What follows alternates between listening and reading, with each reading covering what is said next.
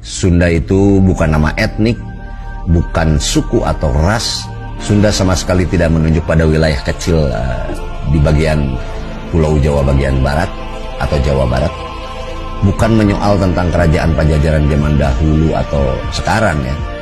Sunda tidak bicara tentang darah biru karena Sunda itu bukan soal kebangsawanan dengan gelar tetek bernyata. Sunda juga tidak klinik sama sekali.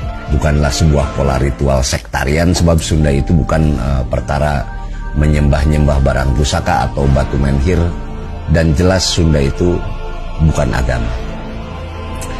Ternyata Sunda itu sebuah pengetahuan hidup tentang bagaimana sebuah perilaku baik, jujur dan rendah hati dapat dilatih dan dibentuk menjadi karakter atau watak.